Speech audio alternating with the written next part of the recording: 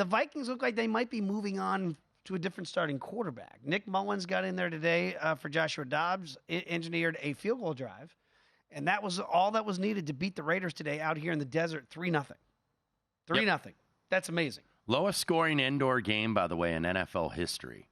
3-0. Vikings second shutout victory in 30 years. And the guys that really saved the day, of course, Nick Mullens, who you mentioned, and also Ivan Pace, the defensive end out of Cincinnati, who I believe had the interception on the last drive, also had a sack and 7 tackles. So we do await in terms of some of the injuries, because Vikings actually were going to be 1-point favorites on the look ahead last week. This went up at one store as high as 5.5, has gone back down to 4 pretty much market wide. But reason why the switch, of course, Justin Jefferson, who did make his return today after battling that hamstring issue, chest injury, got just rocked over the middle and taken out of the game.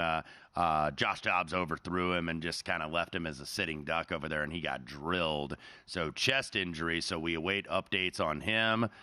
Brian O'Neill, who's kind of one of their anchors on the offensive line, and also Alexander Madison, the running back, left with a ankle injury. So, we will see. Justin Jefferson, I believe, he is traveling back tonight. It's called a chest internal injury. Kevin O'Connell, the head coach, said he was encouraged by the news. So Jefferson's not necessarily out yet, but Dobbs just floated one over the middle, and Jefferson never had a chance and just got absolutely pulverized. So maybe that was the reason why Josh Dobbs didn't finish the game. Yeah, and he was ineffective, quite frankly. And Nick Mullens really saved the Vikings today. It looked like Joshua Dobbs was doing better when he didn't know the plays or the players. Right. Now all of a sudden he's been there a couple weeks and things aren't going as well. So we'll see if that's going to be a change there for Nick Mullens. I will say this though. When this number goes up as high as it has from a pick or the Vikings being a small favorite, Brian Flores has really got the defense playing well. We've talked about Flores a lot on this program. This is a guy that's going to blitz 6 out of 10 times. I mean, the rate is ridiculous. And with a pretty young quarterback, I'm guessing he's going to do that a lot with Jake Browning.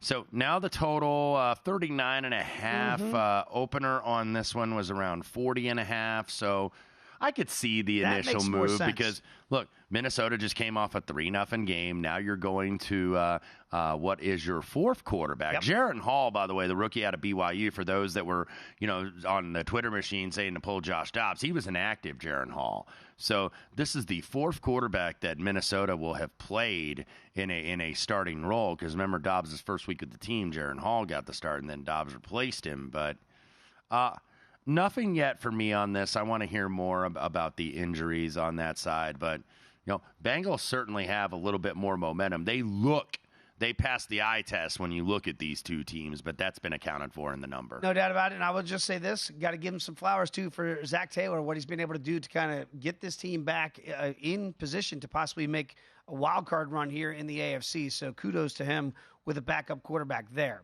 Go to VSiN.com/subscribe to become a VSiN Pro subscriber today.